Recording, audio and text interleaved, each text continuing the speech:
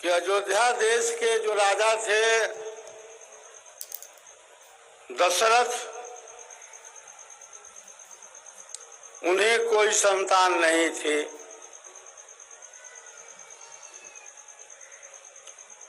उन्होंने अपने मंत्री सुमंत से कहा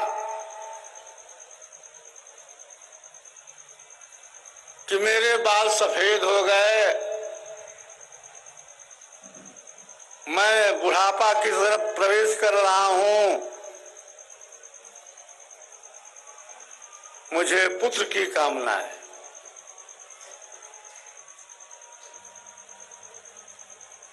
सुमंत जो उनके मंत्री थे उन्होंने कहा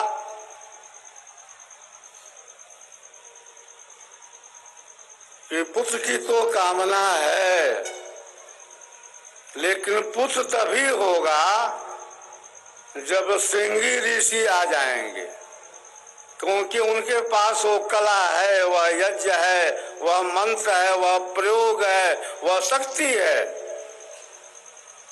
लेकिन उनका आना बड़ा कठिन है। श्रृंगी ऋषि ऐसे ऋषि थे जो तपस्या में बराबर तल्लीन रहा करते थे। उनको ये भी ज्ञान नहीं था कि कौन स्त्री है और कौन पुरुष है। अब बड़ी कठिनाई थी, कैसे उनको बुलाया जाए।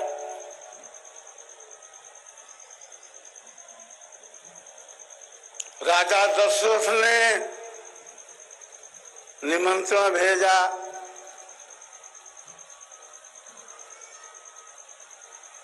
समय काल से वे पधारे और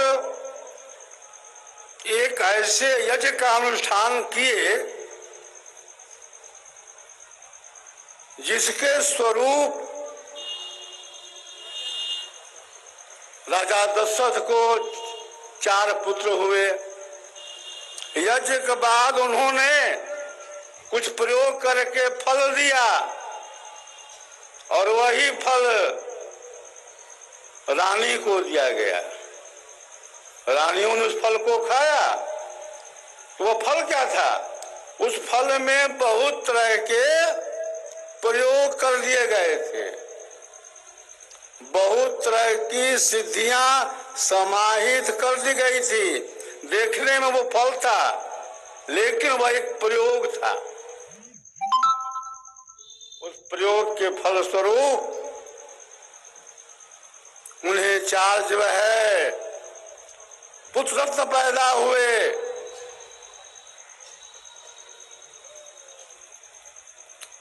उसी कुल में प्रथम आचार्य श्री का अवतरण हुआ है। श्रृंगी ऋषि से ही चला है सेंगर वंश।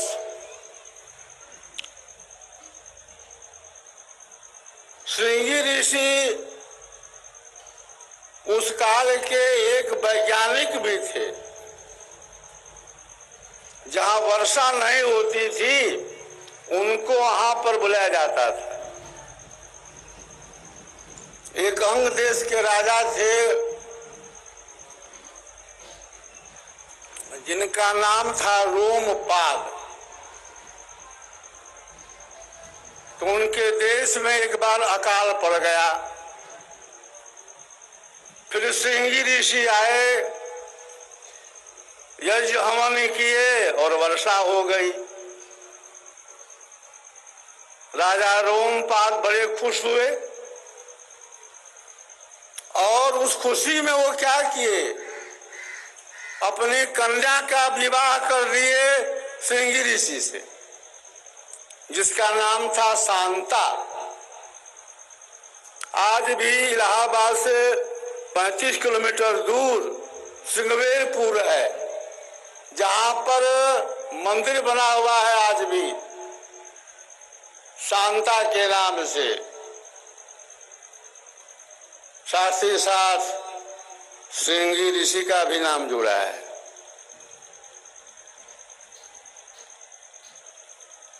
तभी से सेंगर वंश चला। इस सेंगर वंश में समय समय पर अनेक ऋषि महर्षि अवतरित हुए। इसी सेंगर वंश में बाबा लालजी राव हुए। इसी सेंगर वंश में जीवन राव हुए, लोटन राव हुए, रामचरित्र राव हुए, हनुमान राव हुए, जो सदगुरु सदाफल देव जी महाराज के पिता थे। बाबा लालजी राव अपने समय के पूर्ण योगी थे। उसी परंपरा में लोटन राव हुए, जीवन राव हुए, रामचरित्र राव हुए और हनुमान राव हुए। बाबा लालजी राव जी की छठी पीढ़ी में सदगुरु सदाफल देव जी महाराज का अवतरण हुआ है।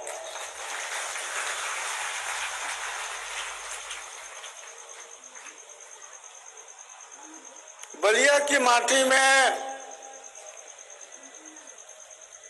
पैदा हुए जंगली बाबा, बुलाकी दास, प्रसादी बाबा, नाथ बाबा, सदगुरु सदाफल देव जी महाराज कहते थे, रानी बोधा जंगली नाथ जिला तिन माई, भारत कोने कोने में देव सदा फल जाए। जंगली बाबा भी सेंगर वंशी महात्मा थे। पढ़े लिखे नहीं थे, लेकिन तपस्वी थे, सिद्ध साधक थे, सिद्ध संत थे, जिनका स्थान जाम है, गढ़वार है और कठौरा है, जो बलिया जिले में ही है। एक नाथ बाबा हुए, जिनका स्थान रसड़ा में है।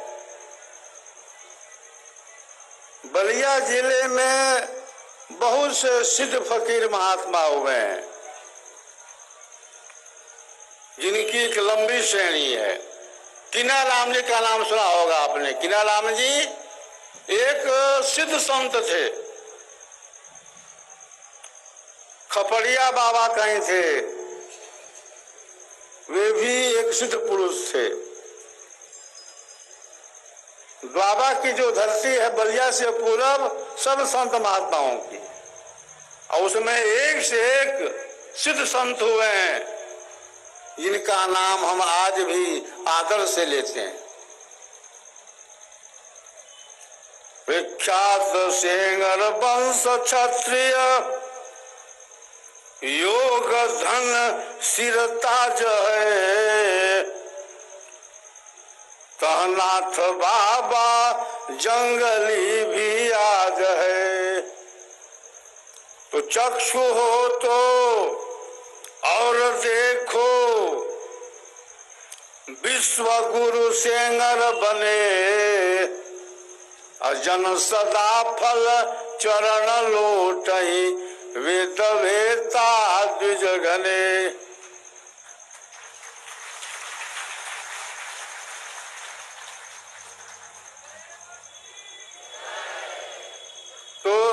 सेंगर वंश जो है वो ऋषियों का वंश है। कभी कभी हम सब भ्रमित हो जाते हैं। भ्रमित क्यों होते हैं? वंश परंपरा को लेकर के कि फलाना के लड़का हमन, फलाना के पोता हमन। अरे लड़का पोता के जौन संबंध बा इ तो बा संसार में। ऋषि जौन बाड़न उनके आवश्यकता बा कोनो विशेष आत्मा के, तो ओके बुला लेलन पुत्र के रूप में, पोता के रूप में। काहे कि उनसे उनको काम लेवे के बा। तो हमार ध्यान तो उन्हें ना जाला। सदगुरु जो है एक विशेष आत्मा का चयन करता है,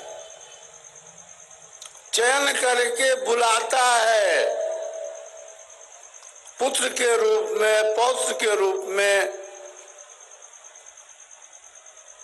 उसके द्वारा एक विशेष कार्य उसे करवाना है, तो उधर ध्यान हमारा नहीं जाता है। पिता पुत्र का जो संबंध है यह तो भौतिक जगत में है, भौतिक संसार में है। सदगुरु जो है चुनाव करता है विशेष आत्मा का, अपने विशेष कार्य करने के लिए। सदगुरुदेव क्या कहते हैं आचार्य श्री को? योगी कुल है इसकी धार चलती रहेगी, इसका प्रवाह चलता रहेगा। यह एक तार है, यह एक धार है। आवश्यकता है शुद्ध संस्कारी आत्मा बन जाने की। संस्कारी जो आत्मा है, संस्कारी जो जीव है, उसके अंदर सदगुरु जो है शक्तिपात कर देता है। शक्तिपात शब्द का प्रयोग और संस्थाओं के आचार्य लोग भी करते हैं। हमारे यहाँ सुषुम्न प्रवाह होता है, हमारे यहाँ विहंगम योग के अंदर जो शक्ति सोई हुई है उसको जगा दिया जाता है।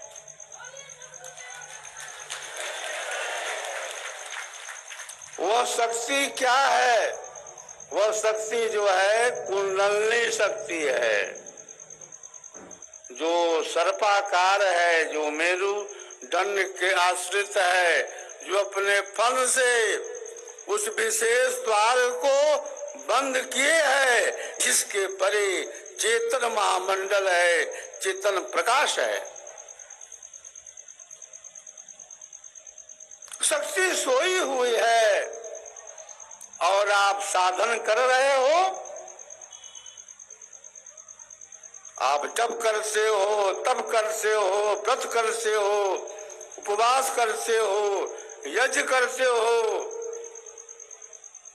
सूर्य को जल देते हो, दुर्गा का पाठ करते हो, हनुमान चालीसा का पाठ करते हो, माला फेरते हो, लेकिन तुम्हारी जो शक्ति है वह तो सोई हुई है।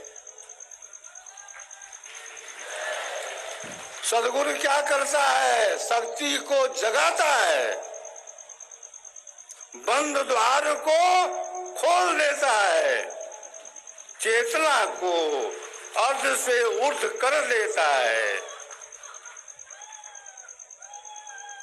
बंद द्वार